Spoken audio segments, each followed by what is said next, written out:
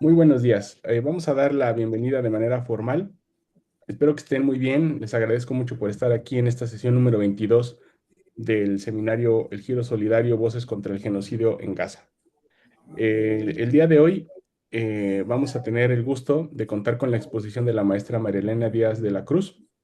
Ella nos va a exponer un caso, pues lamentablemente muy cruel, muy actual, pero muy importante para comprender las dinámicas de violencia en la cuestión palestina, y eso es el tema del militarismo israelí.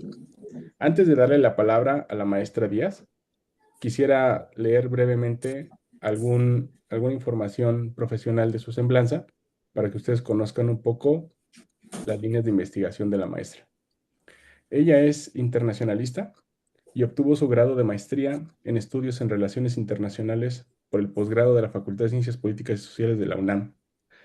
Actualmente también es profesora de asignatura en la misma facultad, donde imparte la materia de Medio Oriente. Asimismo, es profesora de asignatura en la Universidad La Salle, Campus Ciudad de México, y entre otras materias en esa institución imparte Introducción al Estudio de Relaciones Internacionales, Medio Oriente y el Magreb, Política y Gobierno. Además, como les comentaba, sus líneas de investigación han versado alrededor del militarismo y la militarización en Medio Oriente, relaciones internacionales en Medio Oriente y el estudio de caso relacionado con Egipto e Irán. Actualmente, la maestra Díaz colabora con el Programa de Estudios de Asia y África de la UNAM, el PUEAO, y también es integrante del taller de estudios sobre Medio Oriente en la Facultad de Ciencias Políticas y Sociales de nuestra universidad. Bueno, pues maestra Díaz, es un gusto contar con usted en esta sesión. Aquí estamos desde prácticamente el año pasado. La doctora Millán ya está conectada aquí. Ahorita le vamos a dar el estatus de coanfitriona para que también nos pueda saludar. Y pues se queda con con el, eh, con el micrófono para que usted también haga uso de la exposición. Adelante, maestra Díaz, y muchas gracias. Y bienvenida, doctora Márgara. Un fuerte abrazo. Gracias.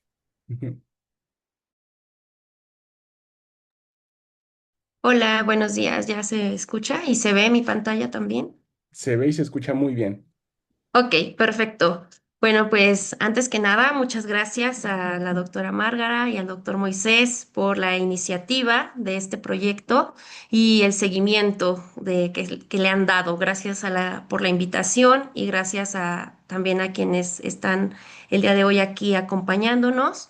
Y bueno, sobre todo me gustaría resaltar la importancia que tiene este proyecto.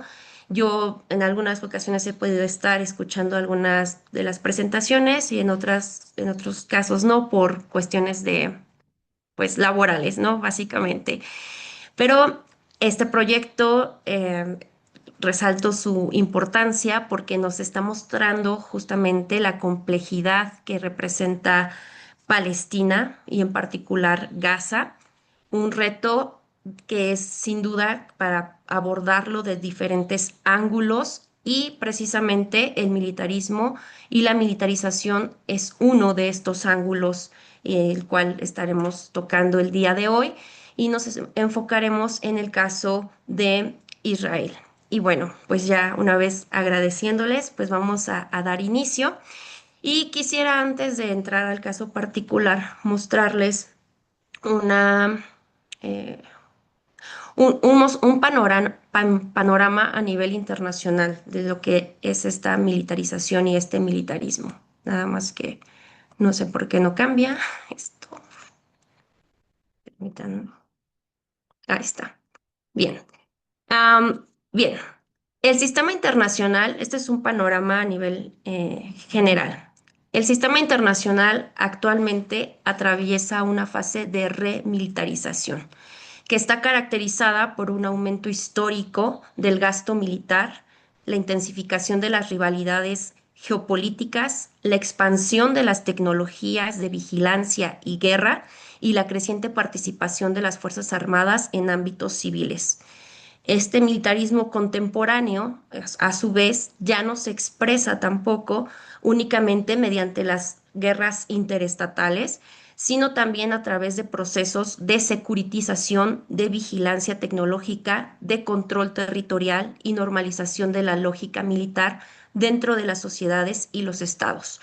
Todos estos datos, todas estas cifras que les voy a dar a continuación, las tomé del Instituto de Investigación para del Instituto Internacional de Investigación para la Paz de Estocolmo, el CIPRI, para que, bueno, respalden estas cifras que les voy a dar.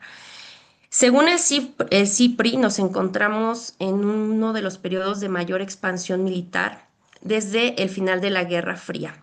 Aunque el CIPRI señala que no nos encontramos como tal en una guerra mundial, dice que sí hay una combinación inédita de varios factores, como el aumento del gasto militar, la proliferación de conflictos armados, la expansión de tecnologías militares y la militarización de la seguridad interna. Y bueno, esto nos dice el CIPRI que se ve en las cifras récords que se rompen año tras año en este gasto militar que se hace. El gasto militar que tiene el CIPRI es del 2025 y es esta cifra que les muestro aquí en la pantalla, que son estos 2.890.000.000.000 de dólares. ¿Qué, qué es lo que representa o qué es lo que nos dice esta cifra? Bueno, pues nos dice que es una cifra que representa el 11º año consecutivo de crecimiento de este gasto militar y que en una década, es decir, del 2016 al 2025, que es la década que maneja así el CIPRI, el gasto aumentó aproximadamente en un 41%. Es decir, que a pesar de que en esta década del 2016 ahora que nos hemos encontrado en diferentes crisis, crisis sanitarias, crisis económicas, crisis sociales. A pesar de todo ello, el gasto militar año con año ha estado rompiendo estos récords. Y a pesar de que tenemos o podemos localizar a quienes son los mayores, a quienes invierten en este gasto militar, los principales estados que invierten en este gasto militar, que son 5, Estados Unidos, China, Rusia, Alemania, India, pues también, bueno, entre todos ellos representan el 60% de este gasto militar. Sin embargo, más de 100 países han incrementado su gasto militar recientemente. Es decir, se trata ya de un fenómeno a nivel global, esta remilitarización.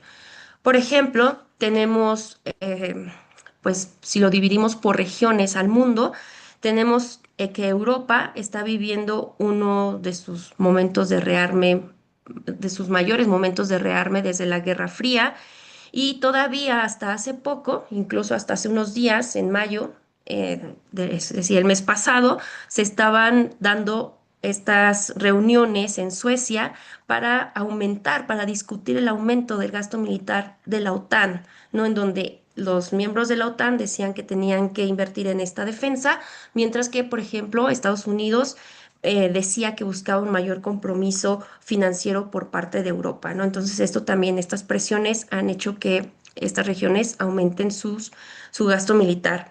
En Asia, por ejemplo, este nivel de gasto militar se ha visto sobre todo reflejado en la modernización, sobre todo naval, y la expansión misilística y el fortalecimiento de alianzas militares y el aumento de capacidades tecnológicas. En África se muestra una tendencia al alza en los presupuestos de defensa del continente, impulsada por las necesidades de la seguridad regional y los conflictos internos. Mientras que en América, si descartamos a Estados Unidos, el mayor crecimiento se concentra en Centroamérica y el Caribe.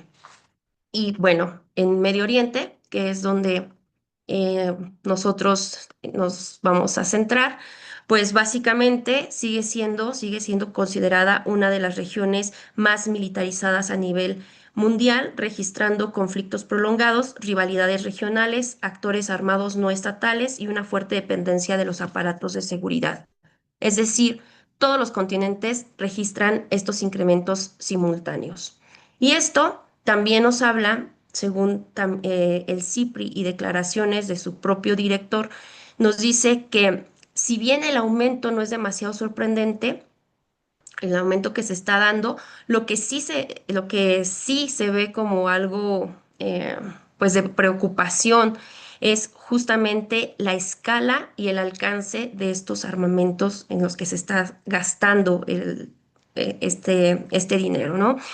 Es decir, ya nos lleva también a preocuparnos por la sofisticación de armamentos y em, además de que esto no solamente se está dando en el llamado norte global, ¿no? Sino ya es un fenómeno a nivel internacional.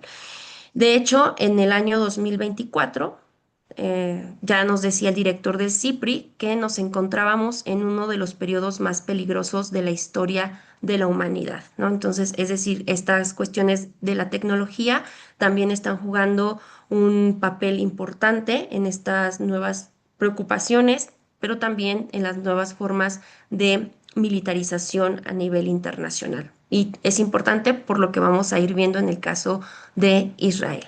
Pero bien, ¿qué entendemos, no? En este sentido por militarismo y por militarización, a pesar de que, bueno, sabemos que probablemente todos tenemos una noción de lo que significa y que, pues, se han dado debates en todos sentidos, desde diferentes ciencias sociales, al respecto de lo que es el militarismo y también de cómo tomar la militarización, ¿no? Pero, bueno, a grandes rasgos quisiera decir, ¿no? Que estos procesos, como lo pudimos ver en este contexto internacional, son procesos a nivel internacional que se están dando y que se están desarrollando y que de una u otra forma siguen consolidándose. Sin embargo, no es así, o sea, no se dan de manera uniforme, o sea, su desarrollo, su transformación, su arraigo, no se dan de la misma manera en todas las regiones. Y esto, pues tiene, pues si lo dividimos, esta lógica de por qué no se da así, es también por la misma percepción en que se han tomado estos procesos. Es decir, de manera general, en el norte global, estos procesos han sido componentes funcionales de la formación del Estado moderno, ¿no? Y para la centralización del poder y la institucionalización de la coerción. Em, en este sentido, y si viéndolo desde una visión más realista, ¿no? Es pues la necesidad que tienen los estados para garantizar su supervivencia, ¿no? Donde esta capacidad militar constituye el principal recurso para la seguridad nacional. Mientras que para el sur global, ambos procesos suelen responder a experiencias históricas de ocupación, dependencia o subordinación que se manifiestan en cuestiones de violencia estructural heredada. En este contexto, la militarización y el militarismo se asocian con la injerencia extranjera, la fragilidad estatal y las desigualdades sociales internas. Entonces, ahora aterrizándolo un poco más, ¿no? Ya después de que lo vimos de una forma muy general, aterrizándolo en la región de Medio Oriente, estos procesos, la militarización y el militarismo, comparten contextos, dinámicas y procesos que los han ido modificando. Aunque sabemos que cada caso es particular, sí podemos rescatar generalidades de estos procesos. Sin embargo, existe un caso, que es el caso del militarismo y la militarización israelí, que escapa de esto. Pareciera que se desarrolla de una forma separada de lo que acontece en la región. Se modifican estos procesos, por supuesto que se modifican en el caso de Israel, pero son diferentes. Son procesos que diría, los calificaría como unos procesos feroces, ahorita vamos a entrar en toda esta cuestión, que escapan de las fronteras y lo más peligroso es que se normalizan. Y estas son las dos principales características con las que vamos a estar hablando en esta, de las bases de este militarismo y de esta militarización en el caso de Israel. Em, entonces, las vuelvo a repetir, estas características son la normalización y la internacionalización de estos dos procesos en el caso de Israel. Entonces, a partir de todo esto, podemos definir, tener estas definiciones de militarismo y militarización que pueden encajar con esta lógica de los procesos en Israel. En este sentido, el militarismo va a trabajar como un proceso de ideología, como un proceso ideológico, en, eh, en en donde el componente principal es la aceptación de la violencia organizada como solución legítima al conflicto. Sin embargo, también podemos rescatar algunas ideas como para entenderlo también como un conjunto de prácticas culturales que idealizan y glorifican a los soldados y a las Fuerzas Armadas, presentándolos no solo como profesionales que potencialmente realizan un trabajo de riesgo, de peligro, sino como paradigmas de patriotismo, de autosacrificio, de encarnaciones del heroísmo y ejemplos de buena ciudadanía. Y por otra parte, tenemos a la militarización como un proceso social que implica la movilización de recursos para la guerra. Y esta militarización implica tanto la difusión del militarismo como ideología, así como la expresión del poder, es esta militarización tangible, y la influencia del ejército como una institución social. Cada uno de ellos, tanto del militarismo como de la militarización, va a denotar un proceso social, cultural, político y económico, es decir, ver más allá de este ejército. No solamente se trata del ejército, ¿no? Sino que permea a nivel institucional en todos los sentidos. Dichos procesos requieren la participación activa y el consentimiento de la comunidad o el colectivo que lo lleva a cabo y que lo mantiene en marcha, es decir, es una maquinaria, ¿no? O por lo menos se necesitan segmentos significativos de la comunidad para que esto se pueda dar al nivel, estoy hablando de militarismo y militarización israelí, ¿no? Para esta normalización y esta internacionalización de los procesos. Entonces, pasando a esta cuestión de la normalización e internacionalización. Bueno, vamos a empezar por la primera, de lo que es la normalización y dónde está presente, dónde podemos ver esta normalización de estos procesos en Israel, ¿no? Y para ello también me basé básicamente en un texto de una activista que es Rela Masali, que nos, bueno, ayuda a complementar varias de las ideas que tengo y rescata algunas muy interesantes que vamos a ir viendo. Primero, ¿dónde se da esta normalización? Pues el primer elemento es la tierra, ¿no? En la tierra. Y esto pues empieza justamente desde el momento en que se empieza a expulsar de forma brutal a los palestinos de su territorio, es decir, desde el momento en que empieza toda esta maquinaria de la construcción, de la creación del Estado de Israel, en donde pues el objetivo, ¿no? Es sacar a la población palestina, lucrar con sus tierras y en el caso de los palestinos que permanecieron como minoría en estos territorios, pues son sujetos a una discriminación y a represiones sistemáticas. Pero también, por otro lado, esta cuestión de la tierra, este elemento de la tierra, se representa a través de un estudio que salió en 2008 llevado a cabo por Oren y Schiffer, son los que hacen esta investigación, en donde descubrieron que casi el 50% del territorio israelí está bajo el control del ejército. Parte de él se utiliza plenamente como instalaciones militares y parte tiene acceso restringido debido al entrenamiento con armas. Eso es lo que dicen en 2008. Sin embargo, también en 2010 salió el Contralor del Estado israelí en 2010 a decir que el ejército controla el 39% del territorio israelí e impone restricciones a un 40% adicional. Es decir, estamos hablando de una cifra aún mayor del anterior estudio, en donde alrededor del 80% de Israel está habitado o restringido por instituciones de seguridad como el ejército, sus bases, depósitos y campos de tiro. o por por las industrias militares y otros tipos de organizaciones de seguridad. La siguiente, donde podemos ver esta normalización de estos procesos, es el poder político.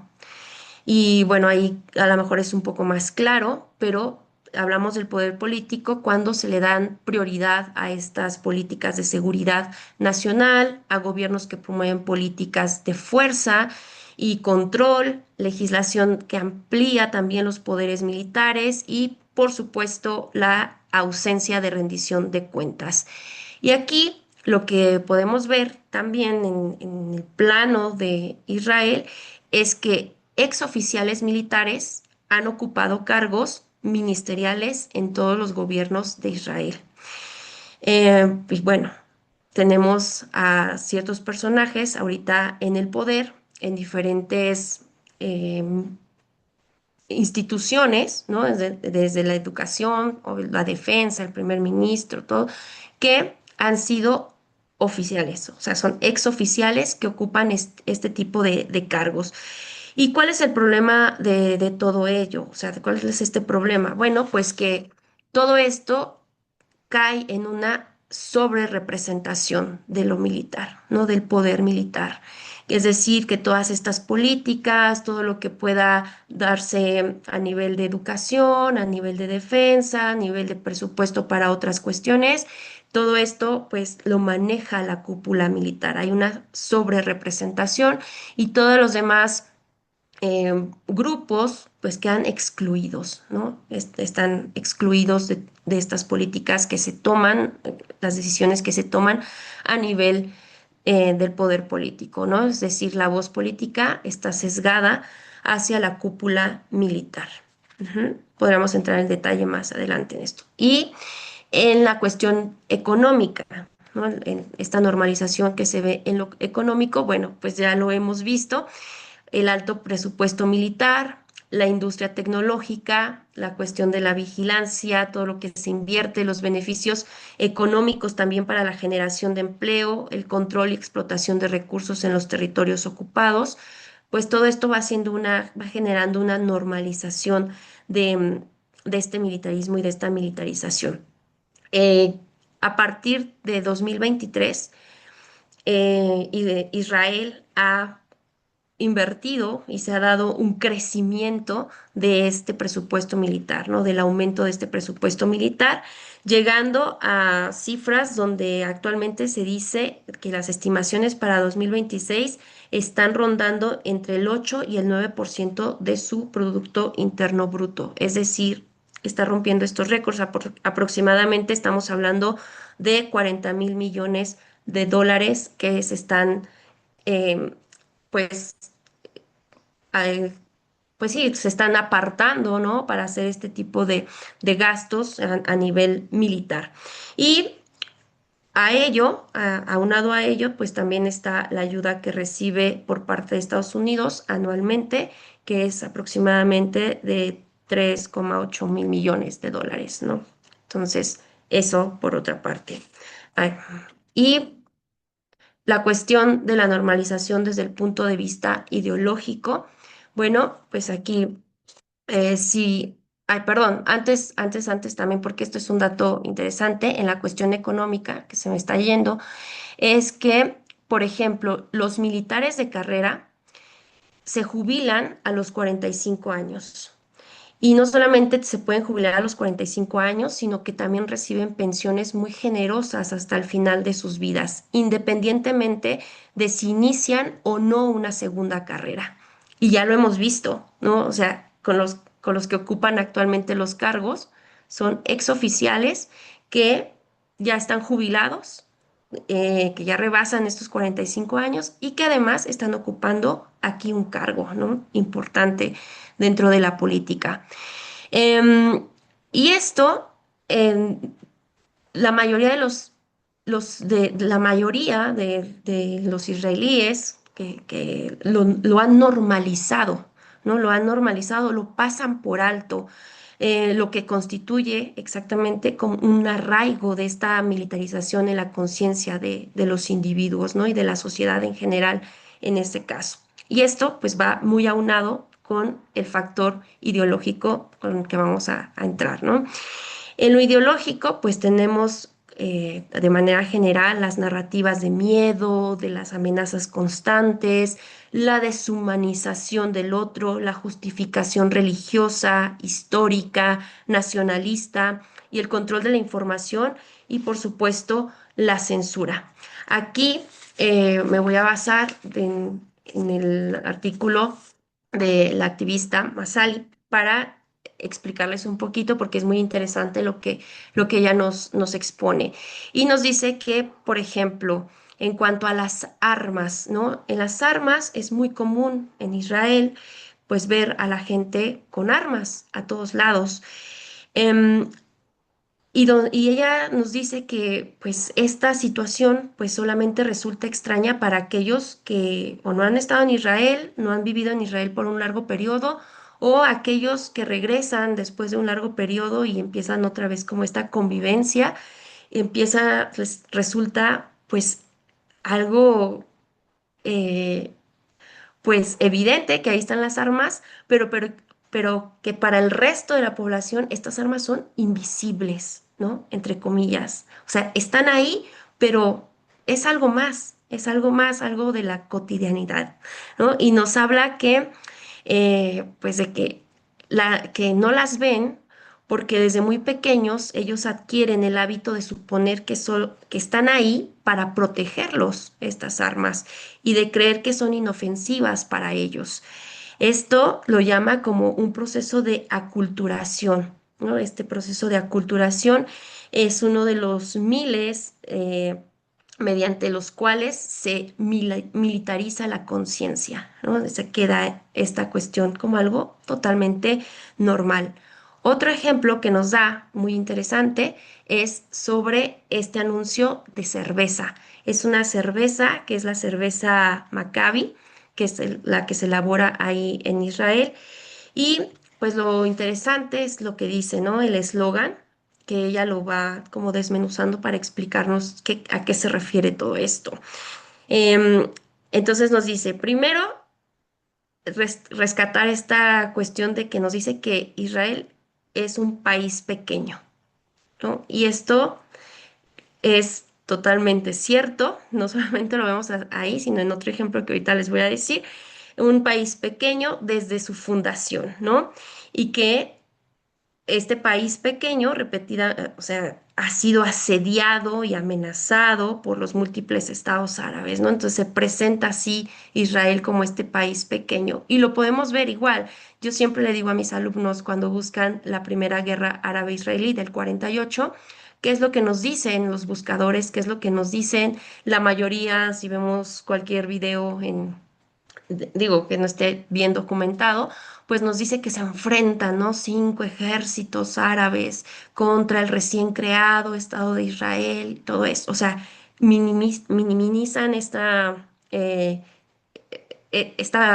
proporción militar que tiene Israel, ¿no? Que ha tenido Israel desde antes de su fundación, que ahorita vamos a entrar en ello. Pero bien, lo presentan como este país pequeño. Y em, y por otro lado, nos dice que el pie de foto nos dice un poco de esto, en el cual la autora nos dice que esto significa ser un soldado de combate.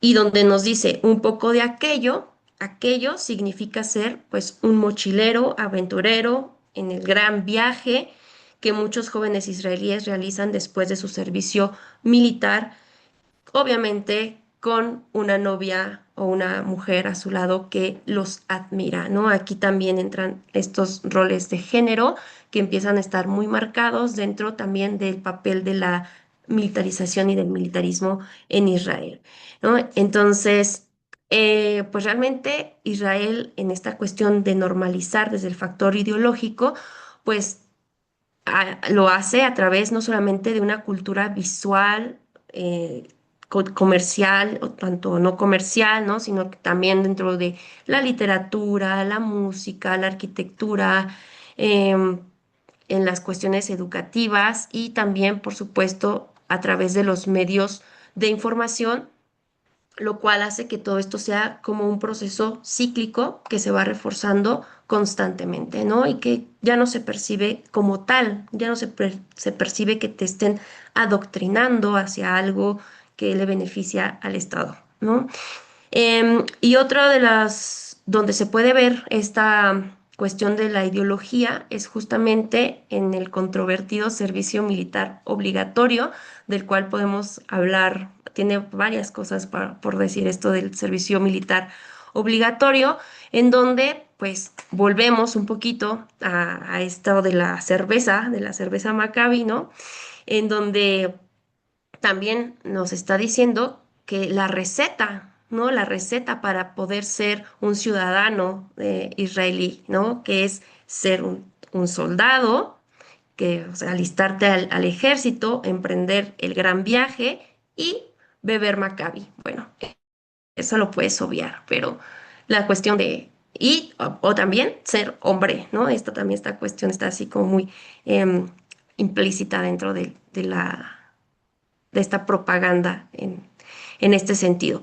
Pero por otro lado, también podemos ver que esto se ha debatido muchísimo y que han escrito muchísimo autores que nos hablan sobre el servicio militar, perdón, obligatorio, en donde precisamente los hacen, o sea, se califican como buenos ciudadanos aquellos que lo prestan, ¿no? Y que tienen, que pueden gozar de derechos plenos, aunque no se encuentren viviendo en Israel, y aquellos ciudadanos calificados como malos, ¿no? Que no quieren ser parte que no lo hacen el servicio por diferentes motivos, porque ahora ya existen diferentes motivos para no presentar este servicio militar, pero bueno, que van haciendo esta clasificación, ¿no? De eso podremos entrar más adelante en estos detalles. Y bueno, rápidamente. Así como les he dicho que hay una transformación dentro del militarismo en general y luego dentro de la región, en Medio Oriente, bueno, pues también en el caso de Israel también podemos ver esta transformación, ¿no? Esta mutación de este proceso del militarismo.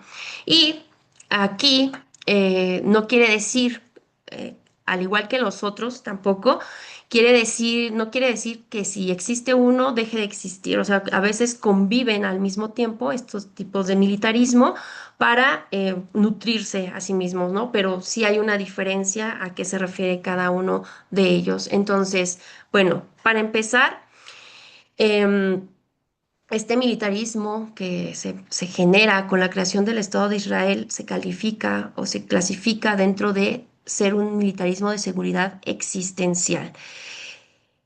Estamos en un contexto, 1948, un orden bipolar, donde veníamos, ¿no? de este militarismo que viene arrastrando las cuestiones de los territorios colonizados, donde se alimentaba la idea también de que ciertas poblaciones podían ser dominadas por civilización, ¿no? Estamos en un momento donde también estamos a nivel general en la región, estamos pasando por un proceso también de olas de independencia en el resto de la región, de creación de nuevos estados y, por supuesto, la creación del Estado de Israel, que paradójicamente también aquí en 1948 se va a llevar a cabo la Convención para la Prevención y la Sanción del Delito de Genocidio y donde Naciones Unidas pues va a empezar también a jugar un papel importante más adelante en los procesos de descolonización, pero que al mismo tiempo pues este militarismo de seguridad existencial pues va a estar alimentado por esta herencia, ¿no? De este mandato, el mandato británico. ¿Y a qué se refiere este militarismo de seguridad existencial? Bueno, se configura a partir de la noción de que la supervivencia del Estado está en riesgo, ¿no? Y esto es a partir de pues, la primera guerra árabe-israelí, lo que da paso a la justificación de un aparato militar altamente desarrollado y a la adopción de políticas defensivas y preventivas. Y aquí me gustaría hacer un paréntesis, porque yo sé que no se trata de todo esto el tema, pero mientras que en el resto de la región, en Medio Oriente, se estaba desarrollando o se estaba llevando a cabo un militarismo colonial subordinado, porque las potencias que tuvieron sus formas de colonización en Medio Oriente no permitieron que se generaran ejércitos nacionales y siempre toda la cuestión de la seguridad quedó bajo la tarea de la potencia colonizadora. Entonces, lo último que se les permitió fue generar em, ejércitos nacionales. ¿Ok? Entonces, mientras que en el resto de la población se estaba llevando a cabo esto, se estaba desarrollando este militarismo colonial subordinado, en, en Israel se estaba dando un militarismo de seguridad existencial. Y ya vemos ahora a qué se refiere esto, ¿no? Un aparato militar altamente desarrollado. Entonces, desde ahí ya estamos hablando de una cuestión asimétrica de poder en la región, en Medio Oriente. Es aquí también con la creación de Israel que también empieza la carrera armamentista en Medio Oriente, ¿no? Entonces, aquí también esto va a ir sumando en la transformación no solamente a nivel interno de Israel, sino también a nivel regional en estos procesos. Entonces, eh, y posterior a ello, cuando ya se da la primera guerra entre los árabes e Israel, posterior a ello, pues viene todo una, pues ahora sí, vendrá una nueva creación de un surgimiento de un nuevo militarismo en los países árabes, ¿no? Que este militarismo va a tener como objetivo, ¿no? La construcción del Estado, ¿no? De llevar a cabo una modernización del Estado, de presentarse como la institución, ¿no? La institución militar se va a presentar como la salvadora de los estados que habían sido colonizados, ¿no? Entonces se presenta como una estructura impecable. Esto va a ser por parte de los estados árabes, ¿no?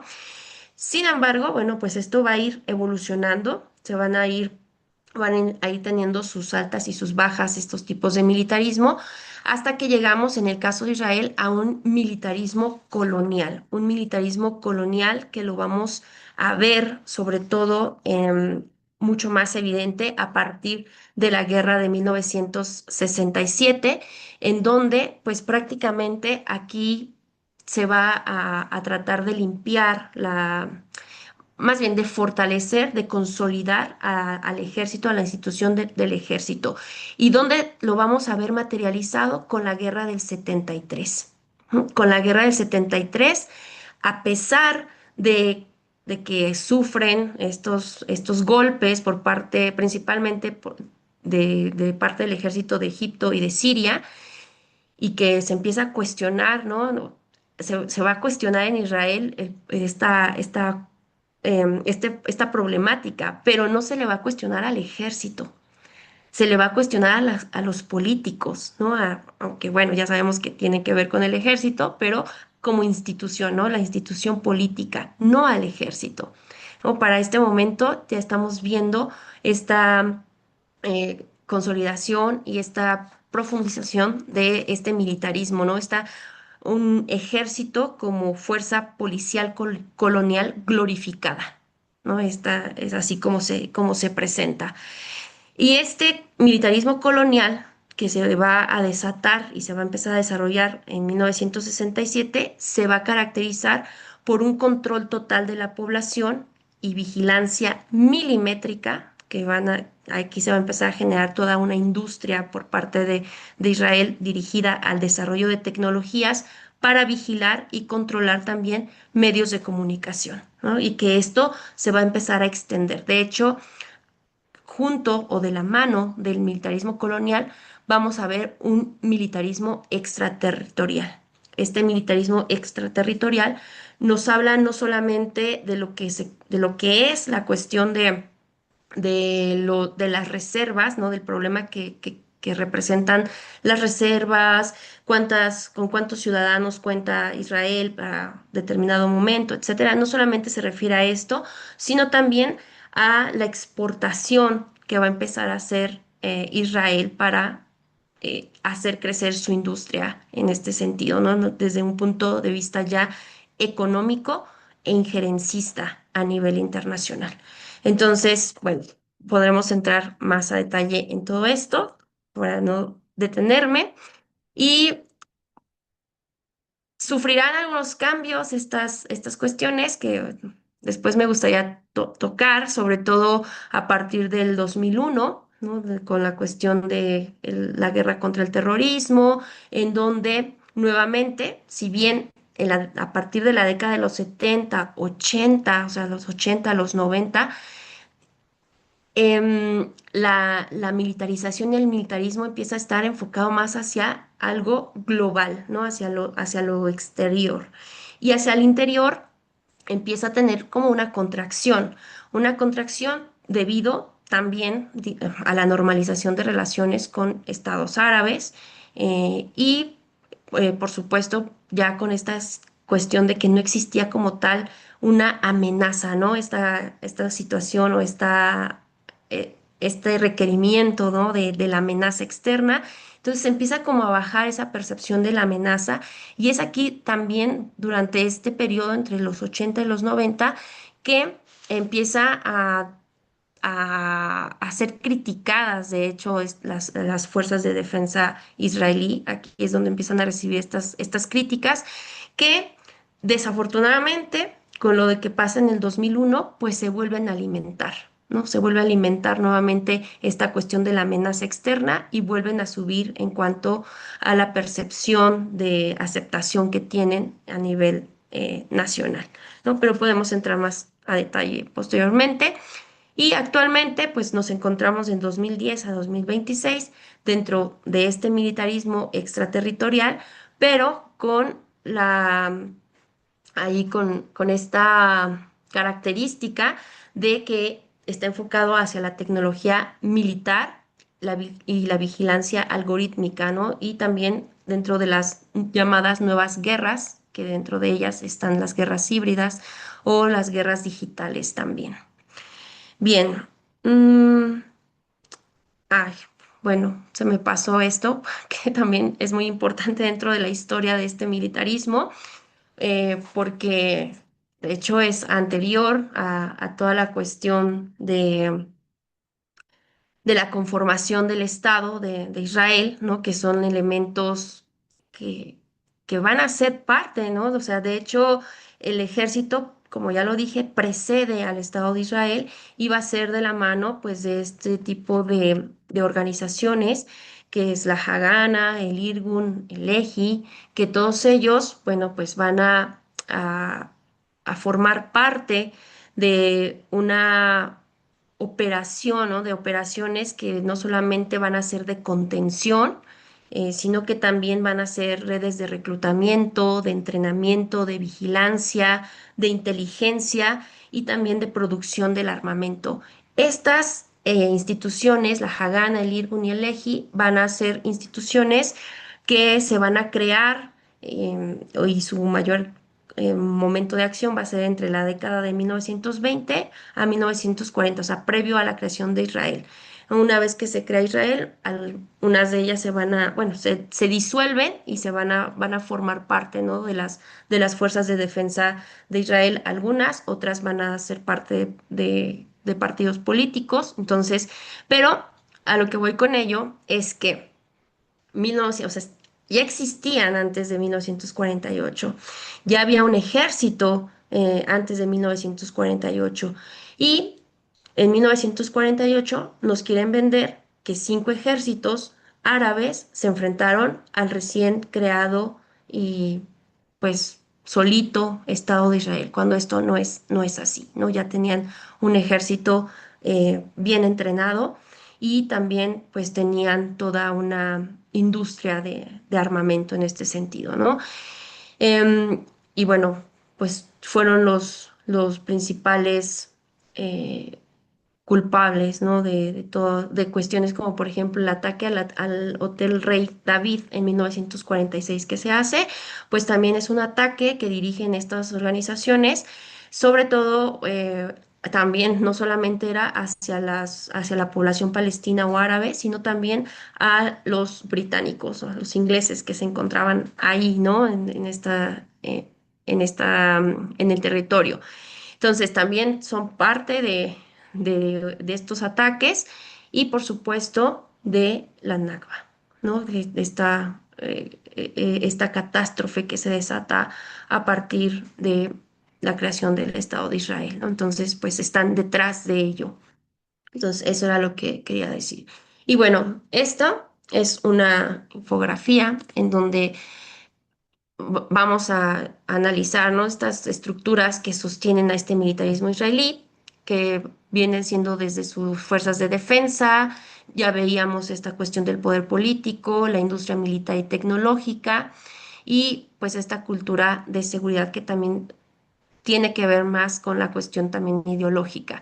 Pero también tenemos la otra parte, de la cual ahorita vamos a entrar en este tema, que es justamente la internacionalización. Pero ¿por qué se internacionaliza, no? ¿Por qué se acepta este militarismo y esta militarización que viene encabezada por Israel? Y pues aquí hay algunas pistas. Una de ellas será pues este apoyo que hay desde de lo que juegan a nivel internacional algunos estados, particularmente Estados Unidos, las alianzas internacionales, las inversiones y las instituciones y también aquí las empresas que juegan un papel importante y también dentro de lo internacional, pues la impunidad con la que Israel sabe que puede ir por el mundo.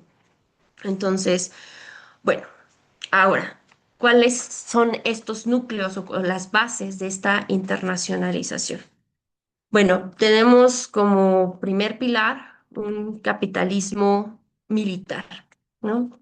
Un capitalismo militar que nos habla de que la violencia ya no se considera como un fracaso del sistema, sino como una parte funcional de él. Es decir, en este capitalismo militar nos vamos a encontrar con una fuerte relación entre guerra, tecnología y negocio. Y aquí pues juegan un papel muy importante las empresas que ya seguramente han hablado en algún momento de ellas, ¿no? Empresas como Elbit Systems, que son las más conocidas, yo creo que a nivel internacional, en donde tenemos que suministra y mantiene sistemas de vigilancia para el muro y las colonias ilegales, produce drones que han sido ampliamente utilizados y probados en campo, tiene un contrato por 20 años para proporcionar helicópteros a la policía israelí, proporciona tecnología de vigilancia para el muro, produce una excavadora, que es la famosa Caterpillar D9, que es esta, que es utilizada en gran parte para la demolición de casas y granjas palestinas. Y también produce aviones de combate, produce de hecho el avión no tripulado más grande que tiene Israel, que incluye capacidad de ataque y fue utilizado repetidamente en los ataques contra la población en Gaza.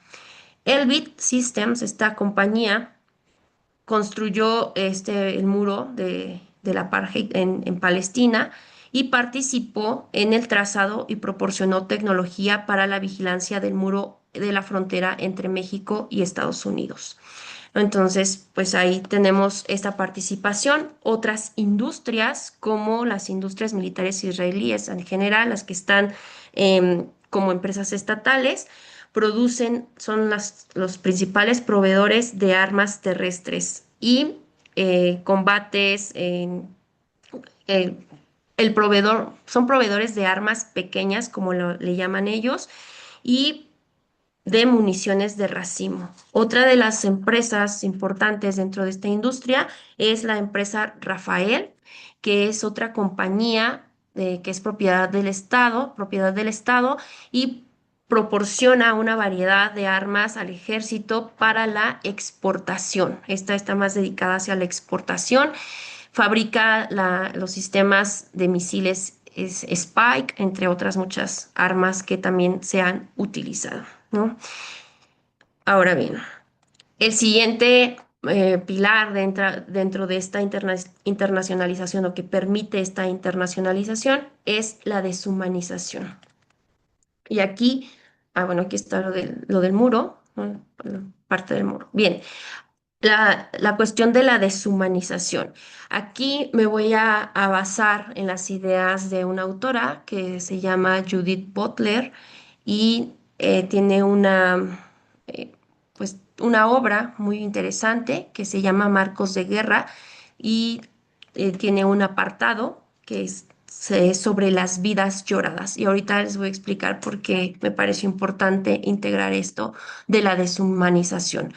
Para empezar, la cuestión de la deshumanización juega un papel interesante e importante en cuanto a lo que nosotros podemos considerar que vale y que no vale, qué vida vale y qué vida no vale.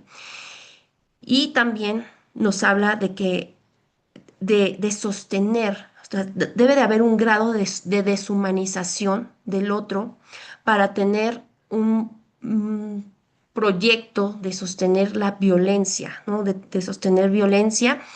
Y el militarismo en este sentido necesita narrativas que conviertan a las víctimas en amenazas, ¿no? Entonces, a partir de esta idea, bueno, pues las ideas de Judith Butler nos ayudan en el sentido de que ella habla de problematizar el llamado marco, lo que ella llama el marco. ¿Qué es esto del marco? Bueno, es la experiencia visual, este marco, que se nos presenta de lo que se ve y de qué modo se ve.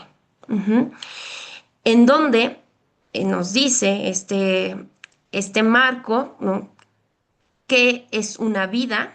O sea, este marco es el marco que nos construye el Estado, nos ha construido nuestra ideología, nos han construido los medios de comunicación, es todo esto, y que nos dicen qué es una vida y cuáles vidas merecen ser lloradas, cuya posibilidad de ser llorada es presupuesto para que toda vida importe.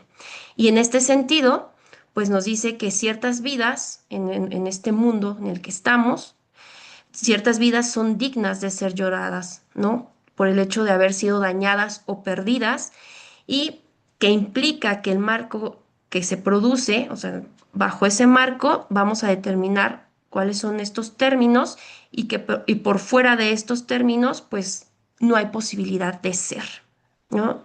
Entonces, aquí ella rescata el papel de los medios de comunicación, ¿no? El papel que juegan los medios de comunicación para construir este marco, en donde los medios de comunicación se han encargado de publicar imágenes y detalles de aquellas vidas o de aquellas personas que consideran injustamente muertos, a lo cual la autora conoce o le da a estos medios, al papel que hacen estos medios, el nombre de un periodismo incorporado, que es aquel que acepta informar solo desde la perspectiva establecida por autoridades gubernamentales o militares.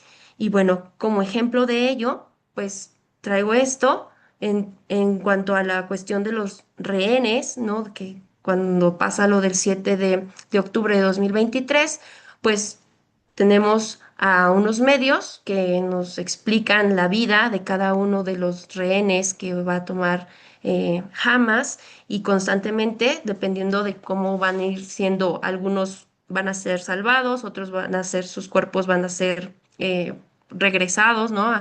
Y nos cuentan todo el tiempo, ¿no?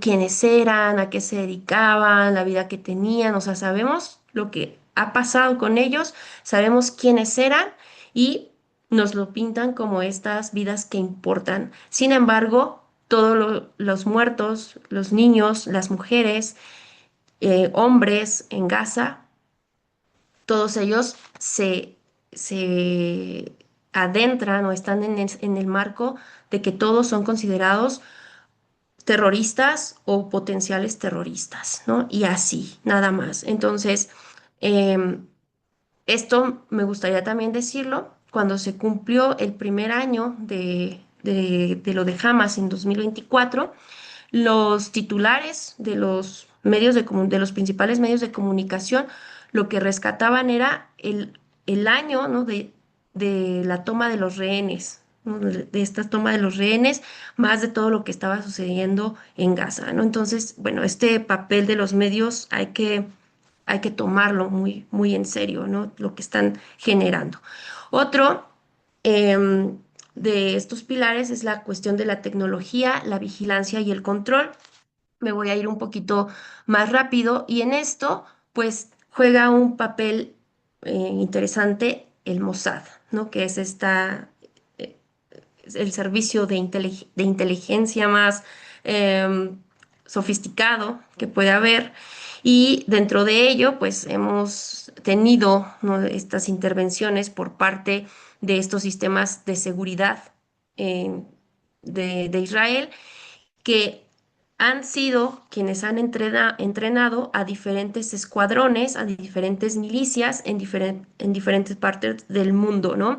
Y que se ven como aquellos que son los instructores autorizados para poder hacerlo, los que tienen las mejores tácticas y técnicas, y que incluso los mismos gobiernos han mandado a su población a tomar allá sus cursos, ¿no? En Israel para que puedan regresar y llevar a cabo sus operaciones. Ahorita podemos entrar en detalle en dónde se han visto estas participaciones, ¿no?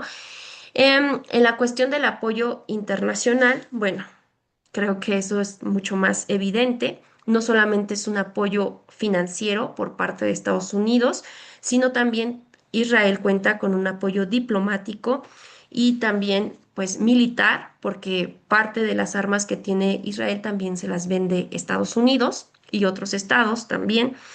Y a través de ello, pues el respaldo que tiene que le da Estados Unidos a Israel, pues es garantía de esta impunidad, generar también sus alianzas estratégicas y, por supuesto, la venta y tecnología a otros países, aunque puedan o no ser democráticos, ¿no? Estos países. Y por supuesto, regresando, aquí rescato nuevamente el papel de los medios y de las redes, porque bueno, aquí algo que permite que esto también se internacionalice, estos procesos se internacionalicen, es justamente pues el papel que juegan los medios de comunicación a través ya sea de una censura o de la guerra informativa, de la filtración de información, de legitimar guerras, de construir enemigos, de invisibilizar a ciertas víctimas, también de la despolitización del lenguaje que se utiliza en estos casos, ¿no? El hecho de llamarlo, por ejemplo, conflicto en lugar de una ocupación o genocidio, pues esto también nos habla del poder que tienen los medios de comunicación. Am, y como aquí rescato una cita de Chomsky, en donde nos dice que el poder necesita controlar el relato para legitimar la violencia, ¿no? Entonces, esto también es parte del poder que tienen los medios de comunicación. Ahora bien, ya para irme un poco más rápido. La participación o cuáles han sido estas consecuencias de esta internacionalización del militarismo y de la militarización.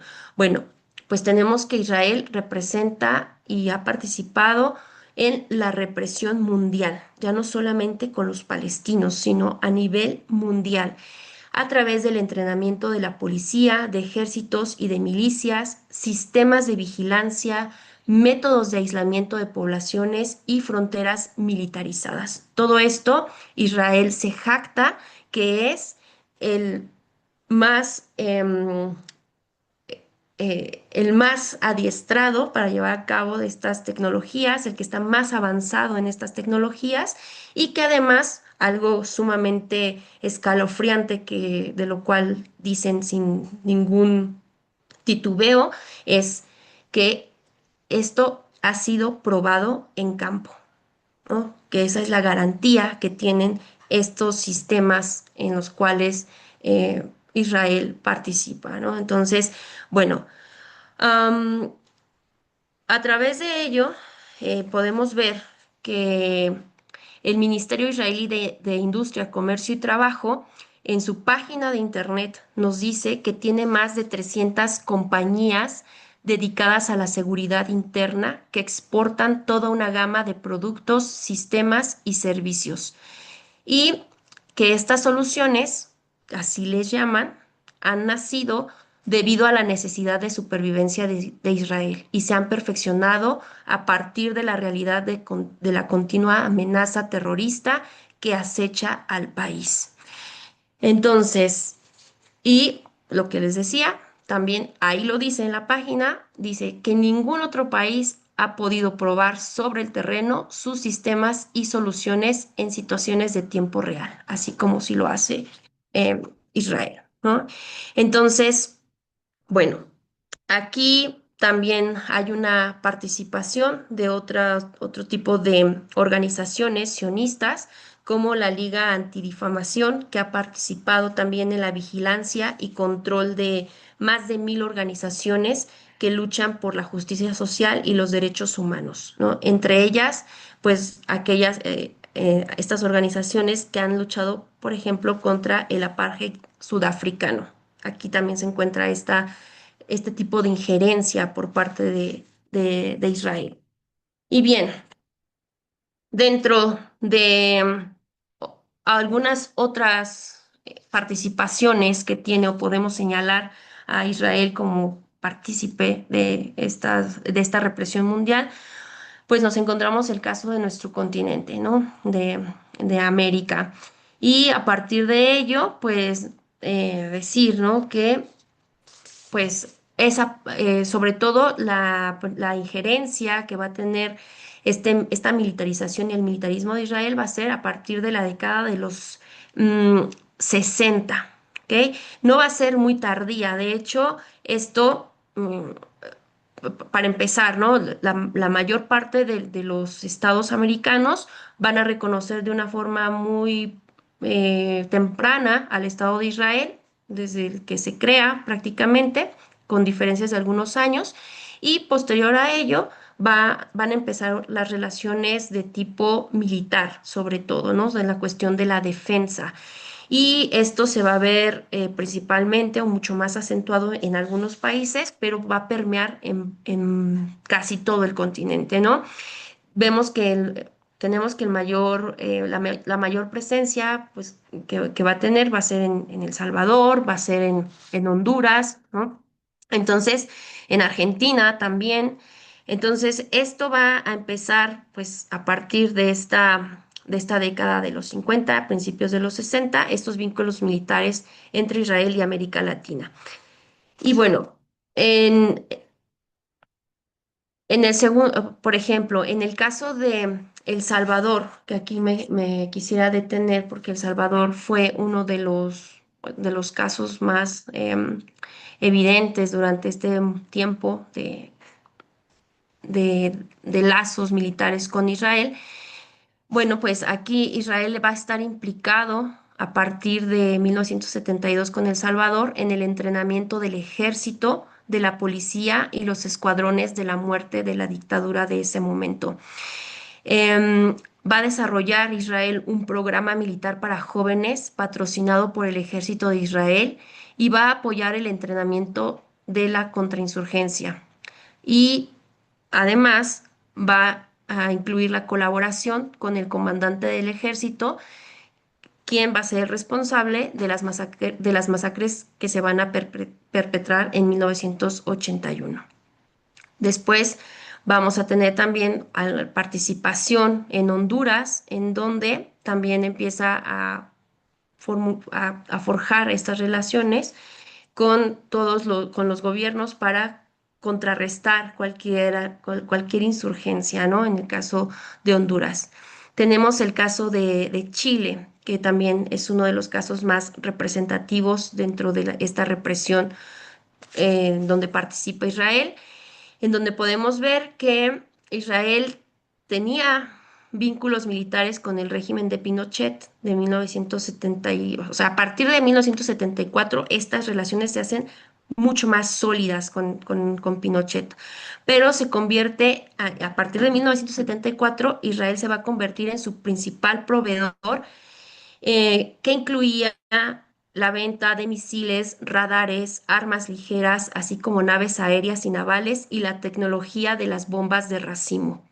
Israel fue especialmente cercano a la Fuerza Aérea Chilena y aquí hay que recordar que una de las prácticas para la desaparición de personas era era lanzarlas desde aviones al Océano Pacífico amarrados de rieles de tren. Y en ello participó Israel, estando en coordinación con la Fuerza Aérea Chilena. Otra muestra de colaboración fue la venta de vehículos con cañones de agua que se han utilizado en diversas partes del mundo para el control de multitudes. Y también este apoyo con Chile no solamente fue un apoyo militar, sino también político, porque también a nivel ya de declarar, de tomar una posición política a nivel internacional, se van a negar las denuncias de tortura y asesinato y pues básicamente van a tratar a todos aquellos opositores de Pinochet como terroristas, ¿no? Que estaban distorsionando lo que estaba sucediendo en Chile. Entonces, bueno, esto es uno de los casos. El caso también de Ecuador, donde aquí en Ecuador también se va a proporcionar este entrenamiento. em, y también Israel va a comenzar a dar una cantidad considerable de armas a Ecuador y va a construir una fábrica, esto de lo más importante con Ecuador, una fábrica de armas em, y va a permitirle a Ecuador que rente aviones israelíes cuando se tuvo que enfrentar en su guerra contra Perú. Tenemos otro caso en Colombia, que también las relaciones con Colombia, sobre todo, se van a empezar a normalizar o a ser mucho más sólidas a partir de la década de los 70, pero más significativamente en los 80. Em, Tenemos casos como Brasil también, en donde principalmente Brasil va a ocupar la tecnología israelí para ir en contra de las favelas y de otras formas de represión también interna que utiliza Brasil en cuestiones de las cárceles, del control de multitudes y de sistemas de vigilancia en general. Em, y bueno, también la cuestión con Venezuela, que también empieza a tener este apoyo por parte de Israel. Bien, ya no quiero como saturarlos tanto sobre estos ejemplos, pero bueno, es que hay bastantes ejemplos muy importantes que se tendrían que recordar y resaltar para ver hasta dónde está llegando esta injerencia, este crecimiento y esta consolidación y por qué sucede, ¿no? O sea, al final Israel lo vende como un sistema de seguridad que se necesita, ¿no? Hay que hacer más seguro al Estado, hay que vender estos sistemas de vigilancia que al final se traducen en un control de la población y pues en estas cuestiones de reprimir constantemente cualquier movimiento. Y uno de los más representativos es en Centroamérica, será el de Guatemala. El de Guatemala, en donde va a recibir una serie de armamentos muy sofisticados, en el caso de Guatemala, perdón, en donde se van a planificar, se va a dar la planificación de, y la eliminación, para la eliminación de movimientos indígenas mayas. Va a ocurrir una masacre que ha sido también, pues, dentro de las más importantes que ha habido, que es la del pueblo de Dos R's, en donde después de llevar a cabo una comisión que se llamó la Comisión de la Verdad, se encontraron que las balas de las armas de las víctimas eran de los fusiles Galil fabricados en Israel, ¿no? Entonces, esto también es importante de decirlo. Y también decir que en Guatemala existe una escuela de electrónica diseñada y financiada por Israel para entrenar a los militares guatemaltecos en el uso de las llamadas tecnologías de contrainsurgencia, ¿no? Entonces, también eso es otra de las cuestiones importantes. Um, Ha tenido injerencia en Nicaragua, en Costa Rica, podemos adentrarnos después en ello, en República Dominicana, y no solamente se queda en América, ¿no? También, ya para no saturarlos de banderitas, les puse al continente africano en general, en donde también ha sido partícipe de estos, de suprimir sobre todo a movimientos de liberación nacional, apoyando, por ejemplo, a Portugal en contra de estos movimientos de liberación nacional, en contra de Mozambique, de Angola y de Guinea, pero también ha participado en otros tipos de levantamientos anticoloniales como Costa de Marfil, Benín, Camerún, República Central de África, Senegal, Togo, Uganda, Nigeria, Somalia. Tenemos que, por ejemplo, participó y proporcionó entrenamiento al ejército de Ruanda durante el genocidio, apoyando a los Hutus en 1994, ¿no? Entonces, también en Malawi, em, y bueno, ya pues creo que está de más decir, pero también recordando en el apartheid africano, también tuvo esta participación. Tenemos en otros contextos, en otras regiones, como en Asia, ¿no? Irán, en la cuestión de cuando estaba el Shah y cuando se va a dar la revolución islámica, bueno, pues Israel va a proporcionar a la parte del Shah. Recordemos que el Shah también tiene una agencia de inteligencia que es la SABAC, ¿no? Que ha sido también entrenada por Israel o fue entrenada por Israel. Y a través de ellos y estos lazos que tienen, pues se le va a vender al régimen armas por un valor que estaríamos hablando de unos 50 millones de dólares. Y en otros casos también tenemos a la cuestión de India e Indonesia, donde también ha participado activamente esta injerencia por parte de Israel.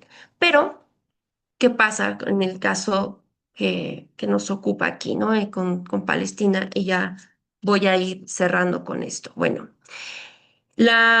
Seguramente esto ya también ustedes lo han escuchado porque esto ha sido reciente, sobre la relatora especial de la Organización de Naciones Unidas para los territorios palestinos ocupados, Francesca Albanese, que acusó a más de 60 empresas. Esto lo hace a través de un informe em, que salió, ¿no? Que salió el 3 de julio del 2025. eh, y en este informe nos dice, acusa a más de 60 empresas de lucrar y beneficiarse de la economía del genocidio impulsada por Israel. Em, con esta guerra que le llama en Gaza y en el avance de las colonias en Cisjordania reocupada. También aquí en este informe asevera que la ocupación israelí y las campañas bélicas proporcionan zonas de ensayo para instrumentos y tácticas militares de vanguardia y pidió a la Corte Internacional investigar a los altos ejecutivos de esas compañías por su implicación en violaciones del derecho internacional y en el lavado de dinero obtenido mediante esos crímenes. El informe cita no solamente a estas empresas armamentísticas, sino también bancarias, tecnológicas, de construcción, alimentarias, transportistas, proveedoras de gas, de carbón, hidrocarburos e incluso instituciones académicas. Las empresas de armas obtuvieron unas ganancias récord al equipar a Israel con armamento de vanguardia que devastó a una población civil prácticamente indefensa. Y bueno, Em, dentro de toda, em, dentro de todo este informe nos ofrece, ¿no? Estos ejemplos de la defensa a través de los drones y las herramientas de puntería por inteligencia artificial, o sea, todo este avance que ha tenido esta militarización de Israel y que luego todo ello es comercializado como probadas en batalla, ¿no? De lo que ya hemos estado hablando. Y esto ha logrado que empresas como las que les he dicho, como Elvin Systems y otras, se coloquen dentro de las 50 más importantes a nivel mundial. Em, y bueno, también Israel se ha beneficiado por otra parte, en ser de los primeros en probar esta tecnología militar que proviene de Estados Unidos, esto a través, por ejemplo, del avión famoso estadounidense, el F-35, y también ahora, bueno, en su momento F-16, ahora el F-35, y que ha sido utilizado en este genocidio.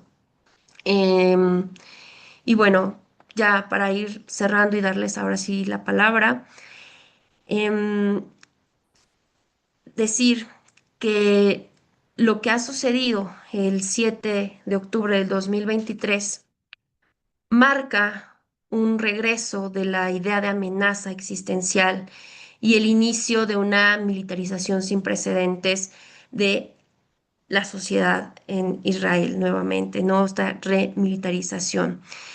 Em, si bien esta eh, confianza y también la percepción positiva, ¿no? Esta alta confianza que se tenía en las fuerzas de defensa de Israel habían estado bajando antes de 2023, después de 2023 vuelven a recuperar este nivel de confianza, estas fuerzas de defensa de Israel.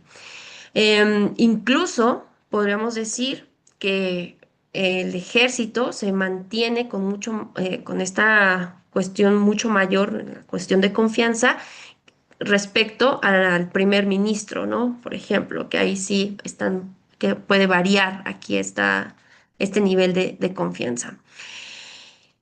Y bien, pues decir que Palestina en general nos permite exponer cómo el militarismo contemporáneo y la militarización combinan no solamente el poder militar, sino intereses económicos, tecnologías de vigilancia y narrativas mediáticas para normalizar la violencia masiva contra poblaciones civiles, revelando contradicciones éticas y políticas del orden internacional actual.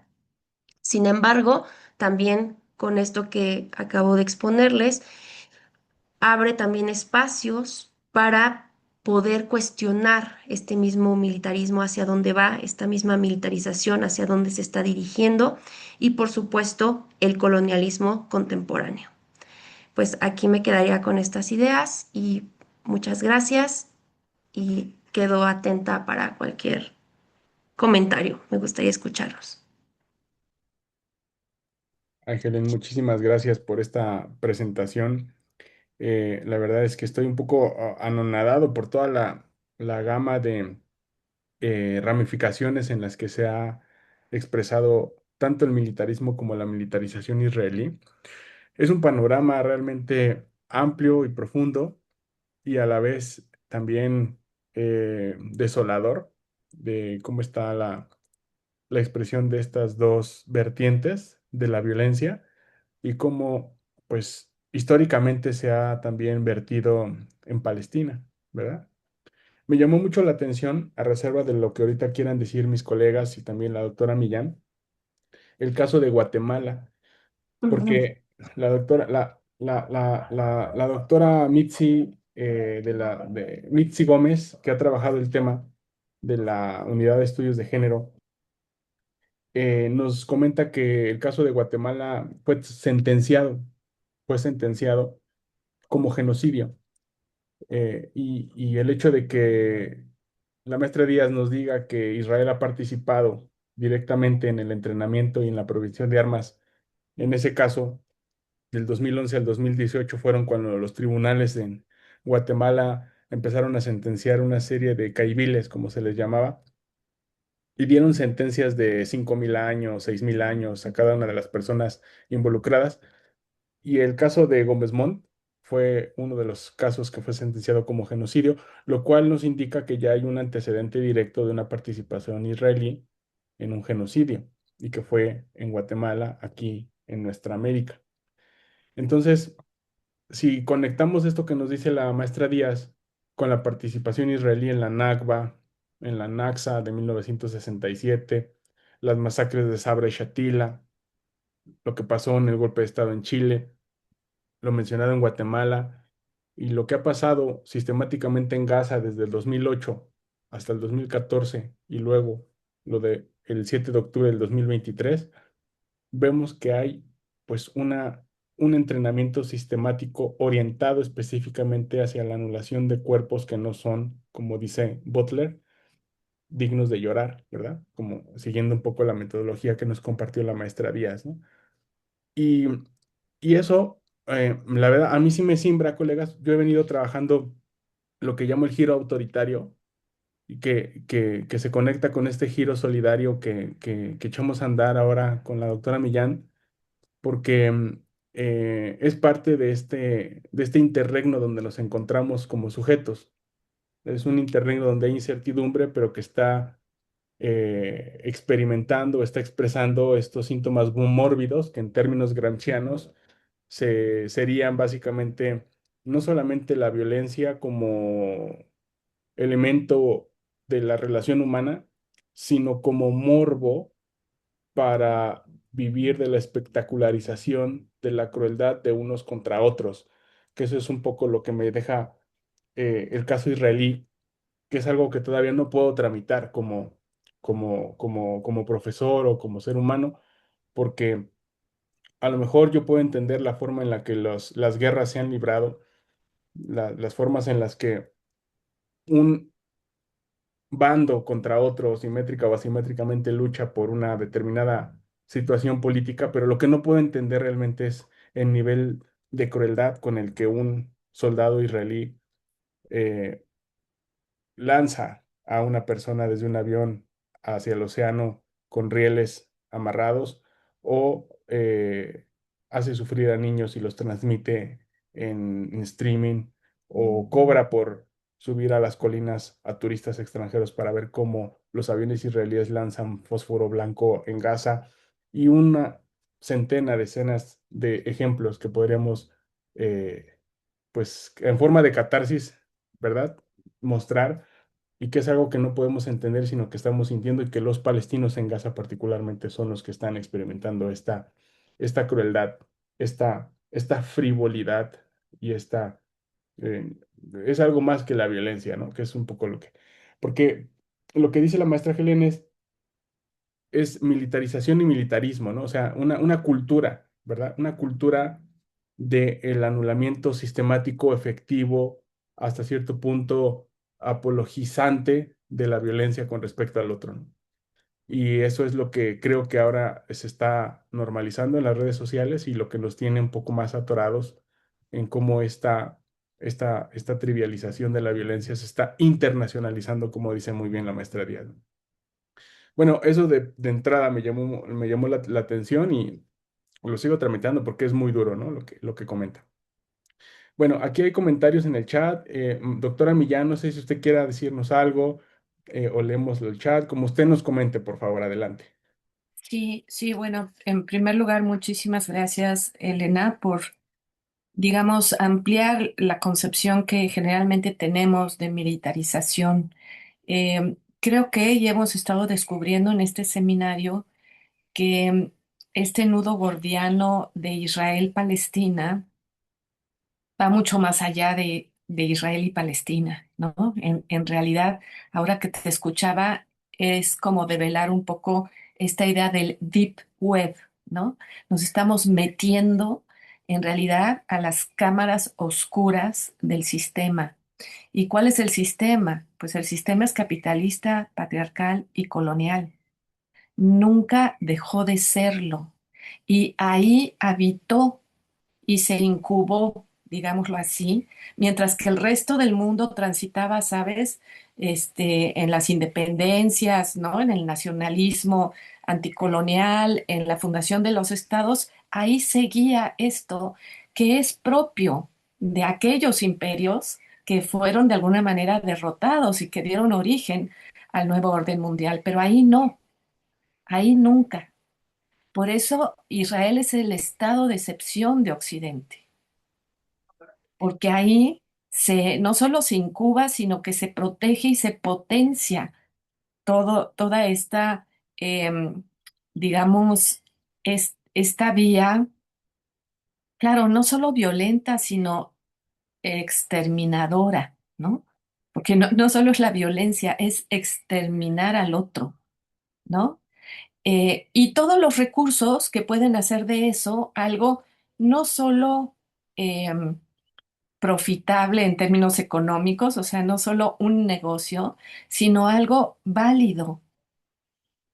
O sea, todos los vericuetos y lo hemos estado desgajando, ¿no? O sea, cómo Israel utiliza, y tú lo decías, ¿no? El pequeño Estado de Israel, ay, pobrecito, miren cómo está siendo amenazado desde su origen, ¿no? Frente al mundo árabe, que es todopotente y son 5 ejércitos.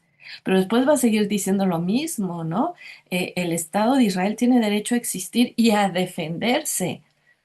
Y entonces resulta que su espacio vital, que es algo que estoy trabajando, Moisés, esta idea del espacio vital del Estado-nación, que es algo totalmente característico del capitalismo en la modernidad. O sea, el Estado necesita un espacio vital que tiene que ver con la securitización, pero también con la cultura, etcétera, ¿no? Y para eso, pues, echan a andar un dispositivo colonial exterminador. El problema aquí es que el espacio vital de Israel no tiene fronteras. Y eso es lo más aterrador, ¿no? Y lo estamos viendo ahí in situ, o sea, se expande y se expande y se expande, pero también con los tentáculos que tienen todos nuestros países. Sí, es muy aterrador esto, pero aquí en México los tenemos también. Está el Mossad entrena al ejército mexicano. mm, O sea, si pudiéramos realmente entrar a todo eso, descubriríamos pues todos esos tentáculos de esto que sería como el deep web de la modernidad capitalista, pero que está hoy, digamos, decidida a usar toda su fuerza, que es algo que yo creo que es muy aterrador. Contemporáneamente a esto estoy empezando a ver, no sé si ustedes han visto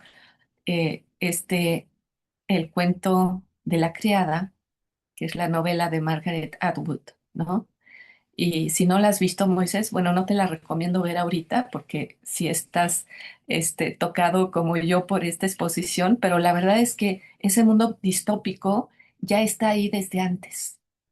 Y el sionismo también es el sionismo evangélico y sobre todo en nuestras regiones en que el sionismo evangélico está, ya vieron lo de Colombia, ¿no? O sea, está lo de Brasil también, o sea, todos los últimos regresos de las derechas fascistoides en América Latina tienen que ver con el sionismo evangélico.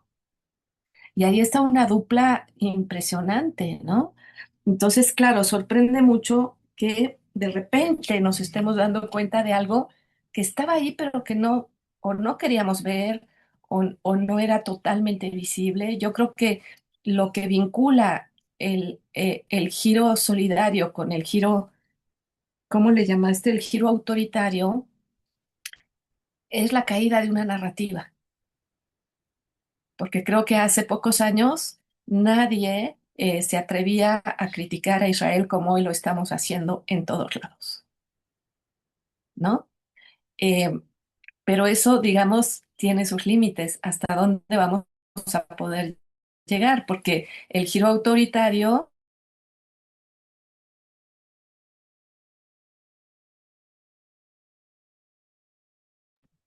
Ay, me parece que perdimos la conexión Sí. con la doctora Millán. Ya nos iba a decir la Sí, luz. la conexión. Ay, a ver si ahorita la podemos retomar. Le voy a mandar un mensaje, pero sí, es muy, muy, muy importante lo que nos estaba diciendo la doctora Millán. A propósito de las fronteras, Israel nació con fronteras flexibles, ¿no? Y sí, la doctora Millán me dice por mensaje que se fue la luz, entonces me pide que termine, aquí está el mensaje. Me pide que termine la idea, pero no puedo terminar la idea porque era la idea de la doctora Millán. Entonces, Y el secreto. lo que puedo decir a propósito de las fronteras, a reserva de que ahorita revisemos el chat con las preguntas de ustedes y haya más comentarios, es que Israel sí nació como un ente estatal sin fronteras y así se ha mantenido. Es decir, sin fronteras fijas. Y en ese Mm, sentido, ha convertido al colono en la expresión más flexible de su imagen de frontera. La frontera es el colono que cada vez que hace una colonia adicional y expulsa a una familia palestina, expande la idea o el imaginario militarista de Israel. Porque además el colono siempre va, desde un principio, lo dijo la maestra Díaz ahorita, resguardado por el militar, desde un principio, desde la Hagana y el Irgun, desde esa época de la Nakba hasta hoy en día, el colono siempre va cuidado, escudado por la milicia. Y en este sentido es lo que llaman ellos estas fronteras flexibles con la obra de Eyal Weizmann, que es una de las obras seminales sobre cómo comprender la geografía elástica de Israel. Es una geografía que al expandirse necesita recursos. Y yo creo que se conecta mucho con lo que dice la doctora Millán a propósito del espacio vital. Ujú, Necesita recursos para ujú, irse apropiando de ese territorio. Entonces es una cuestión que es impulsada por un mesianismo sionista, tanto evangélico como no evangélico, pero también por recursos naturales, por territorio y por formas de vida que pues quieren obviamente eliminar o exterminar, ¿no? En palabras de la doctora Millán, ¿no? No sé, doctor, si haya, maestra Díaz, una respuesta, una réplica de estos comentarios de la doctora Millán. sí, sí, Adelante, sí, por favor. claro. Bueno, ahorita nos vamos con el chat, pero bueno, primero decir que todo este mundo de los procesos de militarización y de militarismo son inmensos, ¿no? O sea, y más en este ejemplo que es el de Israel. Yo, la verdad es que me quedé con ganas de decirles muchísimas cosas más, ¿no? De poder ejemplificar cada uno de los casos de manera más profunda, en donde ha estado presente esta militarización y este militarismo. Pero bueno, decir que en el caso de América Latina, en donde se da la presencia y por qué se da este avance. O sea, es que, no sé, me gusta como contrastar lo que estaba pasando en ese momento, ¿no? De épocas de los 60, 70, en el Medio Oriente. ¿Qué es lo que pasaba? ¿No? Estábamos hablando de estos proyectos nacionalistas en Medio Oriente, en donde también se estaba jugando la cuestión del orden bipolar, ¿no? De estos, de ganar aliados en la región. Mientras eso pasaba, mientras eso pasaba, del otro lado en América, Israel estaba ya promoviendo esta industria de armamento. Pero ¿por qué sucede esto? Bueno, pues básicamente Israel se ha presentado como una fachada de Estados Unidos, porque en ese momento Estados Unidos necesitaba aliados, ¿no? Aliados o por lo menos que la región en América Latina fuera una región donde Estados Unidos no estuviera vendiendo armas y que no estuviera Estados Unidos directamente involucrado. Entonces, aquí es donde Israel sirve como esta fachada de, además, porque son casos donde se involucran estas violaciones de derechos humanos y más allá, estos genocidios, y para no manchar esta imagen a nivel internacional de Estados Unidos y en este contexto que les explico, pues entonces Israel les va a funcionar como esta fachada y es aquí donde empieza a crecer esta injerencia de Israel en América Latina en ese sentido, ¿no? Creo que también rescatar un poco el papel de México actualmente, ¿no? ¿Dónde nos encontramos nosotros?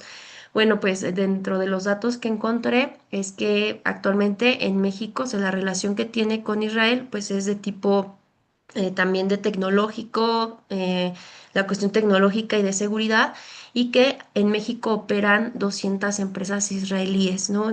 En varios sectores, pero bueno, son 200 empresas las que operan. Y, y bueno, creo que también regresando un poquito a a las ideas que también esta reflexión que nos hiciste, acerca del impacto, ¿no? que genera, porque realmente para mí siempre ha sido así, el tocar el tema de Palestina, de Israel, siempre me genera un impacto que entre más uno conoce, más no sabe hasta dónde se está llegando todo esto, ¿no? Y creo que parte de todo ello, pues juega el papel muy, muy importante la cuestión de deshumanizar al otro. Y también aquí, además de rescatar las ideas de Butler, también podríamos rescatar las ideas de Fanon, en donde nos habla, ¿no? Que el colonialismo no solamente se trata de las cuestiones territoriales, sino también de las cuestiones de la mente, o sea, de deshumanizar al otro a tal grado que pues esta cuestión se puede hacer una diferencia entre el colonizado y el colonizador, ¿no? Entonces, todo esto juega en su papel, su determinado papel para que este militarismo y esta militarización se sigan produciendo y sigan creciendo, como se los señalé en los primeros datos en el panorama a nivel internacional. No se ve una tendencia a la baja de estos procesos, ¿no? O sea, al contrario, todos los años se rompen récords de estos gastos a nivel militar. Y algo que quería comentarle a la profesora, a la doctora Márgara, era justamente de esto de los espacios, en donde también hay una obra de Gershon Shafir que nos habla de este proyecto laborista militar por parte de Israel, en donde él nos dice que él plantea que la colonización sionista fue este proyecto laborista militar, pues combinó tanto ideologías productivistas con estrategias paramilitares, ¿no? O sea, es decir, con estas organizaciones paramilitares, el Irgun, la Hagana, el Lehi, pues se necesitaban, o sea, porque ah, las instituciones militares no surgen únicamente porque exista una amenaza externa, como se ha querido plantear, sino que surgen porque el propio proyecto de colonización requería mecanismos permanentes de protección y de control territorial. O sea, es algo que se necesitaba proteger, ¿no? Vamos a desplazarlos, pero ¿qué vamos a hacer después de esto, ¿no? Entonces, nace con este sentido, ¿no? A esta ahí voy a cerrar la idea para dar paso a otras ideas también. Muchas gracias, maestra, muchas gracias. Aquí vamos a hacer un recorrido más o menos rápido porque ya se nos está agotando el tiempo, pero voy a tratar de leer todas las preguntas y luego darle espacio a la maestra Díaz, si les parece, para que también nos haga una reflexión general sobre cada una de ellas. ¿Está bien, maestra Díaz? ¿Está bien así? Perfecto. Bueno, aquí vamos a empezar entonces. Bernardo dice que buenos días, profesora, quiere agradecerle por la ponencia de hoy. Lo que más ha llamado mi atención sobre este tema de la militarización es el uso profesional de influencers y medios de comunicación para vender la imagen de un ejército moderno, poderoso y con alta capacidad para actuar. La pregunta es, ¿cómo influye esta percepción en la población de Israel con la crisis de Palestina al vender tanto interna como externamente esta imagen, ¿no? A través de los influencers? La embajadora María Angélica Arce te manda muchas felicidades, excelente conferencia, le mandamos un abrazo a la embajadora con todo cariño, aquí está. Cristi Quintana quiere agregar que la industria israelí de armas y tecnologías de muerte también tiene injerencia en lo que pasó en enero en Venezuela y también dice que tiene relación con lo que se planea hacer en Cuba. La transferencia de tierra a sionistas en Argentina es otro ejemplo. Y finalmente, la guerra, entre comillas, con Irán. Es un comentario solo de Cristi. Y Bernardo hace una pregunta extra, ¿no? ¿Alguna bibliografía para compartir sobre este tema en particular? Y nuevamente agradece. Finalmente, Ileana Villarreal dice que agradece primero y dice, agradece a la ponente y por todo el trabajo que nos traes. Y que todas estas voluntades logremos que haya otro tipo de entendimiento entre los pueblos y entre la gente. Es otro comentario, nada más, estimada maestra Elena. Entonces, pues ahí están las dos primeras, las de los influencers, la bibliografía. Y ¿qué nos podría decir además de lo expuesto, maestra? Adelante, por favor. Sí, bueno, pues ya como para ir cerrando, bueno, creo que volvemos, ¿no? A este juego, a esta estrategia pues, de los medios de comunicación, como se los dije, efectivamente los medios de comunicación van a jugar un papel fundamental para la internacionalización y la aceptación de estos procesos, ¿no? Y además de procesos que vienen de Israel, ¿no? Para ser más concretos. Y que paradójicamente también este papel o esta tarea de los medios de comunicación, lo que hacen ahí al promover Israel estas tecnologías, porque algo que también fascina es decir que se venden para la seguridad. Cuando vienen estas palabras juntas, seguridad y tecnología, por lo general lo asociamos con algo positivo. Es así como de, ah, sí, es la seguridad y es tecnología, es un avance, etcétera. Y se vende muy bien, se vende de manera positiva, lo cual también le trae a Israel cierta, pues ciertas ventajas también a nivel diplomático, ¿no? Para también afianzar estas relaciones que tiene a nivel internacional. Sin embargo, sí hay que señalar, aquí ya no me dio tiempo de llegar a la crítica, porque, a ver, si es cierto que nos encontramos con el ejército, o uno de los ejércitos más poderosos del mundo, que está normalizando, que está internacionalizando, que está, ¿no? ¿Qué está pasando ahí? ¿No? ¿Por qué no podemos ver este gran ejército, estas grandes tecnologías que puedan terminar con Hamas, ¿no? Una de las promesas que se han hecho. Entonces, bueno, aquí viene es otra parte de este militarismo y de esta militarización, que es la crítica, ¿no? Es el contraste con lo que pasa actualmente, porque esto que les acabo de exponer es verdad, o sea, así es verdad, sí es así como funciona, sí es así como se ha extendido y normalizado, pero también existe la cuestión interna, ¿no? La cuestión, ¿qué está pasando realmente con Israel? Es cierto que tiene todas estas cuestiones infinitas y recursos ilimitados y reservistas a nivel, en todos los niveles, ¿no? Ahí cabría otra ponencia, que alguien pudiera entrar más en esto.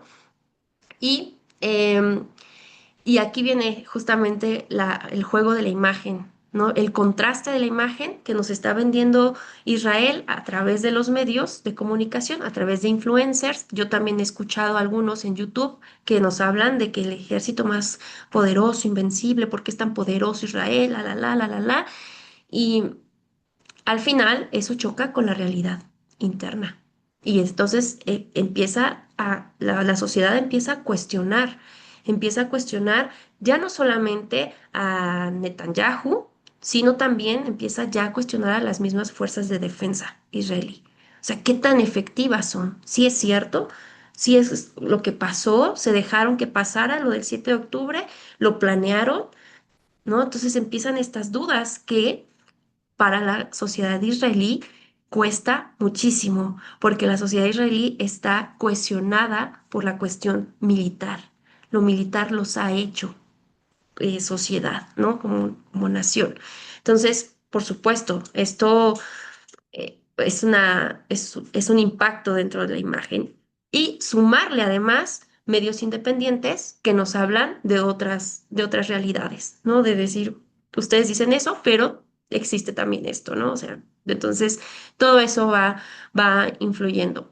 En cuanto a la cuestión de la bibliografía, por supuesto que se las puedo pasar. Les tenía aquí una bibliografía al final de mi presentación, pero por favor, ahorita les voy a compartir mi correo electrónico para que ustedes se sientan en la libertad de escribirme y de yo poderles recomendar más bibliografía que no pude poner en la presentación, porque además decir que esta conferencia, bueno, ¿cómo decir? Esta ponencia es producto y está siendo producto, está siendo trabajada también porque es parte de mi investigación doctoral.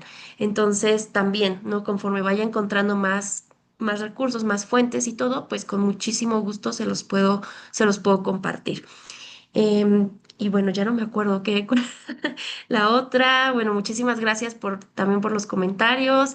A Angélica en especial, muchas gracias. Y pues sí, de acuerdo con todo lo que han estado diciendo sobre de esta presencia de Israel en los momentos coyunturales que vive nuestro continente especialmente, ¿no? Entonces, pues muchísimas gracias, de verdad.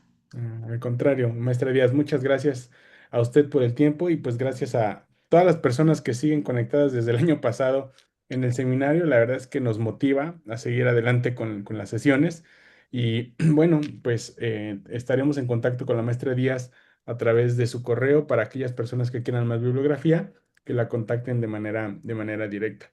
Bueno, pues no me queda más que despedir la sesión diciéndoles que la siguiente sesión es la otra semana, es el día 11 y vamos a tener la oportunidad de estar conversando con la doctora Isis Guerrero de la Universidad también de La Salle. Entonces, el tema va a ser Argelia y el norte de África con respecto a Palestina. Y con esa sesión vamos a cerrar la parte internacional para entrar de lleno después a la parte de solidaridad global, que es un poco con lo que vamos a ir cerrando este seminario, que increíblemente pues ya está llegando a su fin. Bueno, pues maestra Díaz, pues muchas gracias nuevamente por el tiempo, por la preparación, por las láminas y por la retroalimentación. Ha sido una sesión dura, pero ilustradora de cómo se expresa la violencia militarista y militarizante en Palestina con respecto a este actor tan complejo que es Israel. Muchas gracias, maestra, y estamos en comunicación, colegas. Hasta pronto. Muchas gracias a todos. Ahí ya escribí mi correo para estar en contacto. Muchas gracias. Gracias. Gracias. Gracias.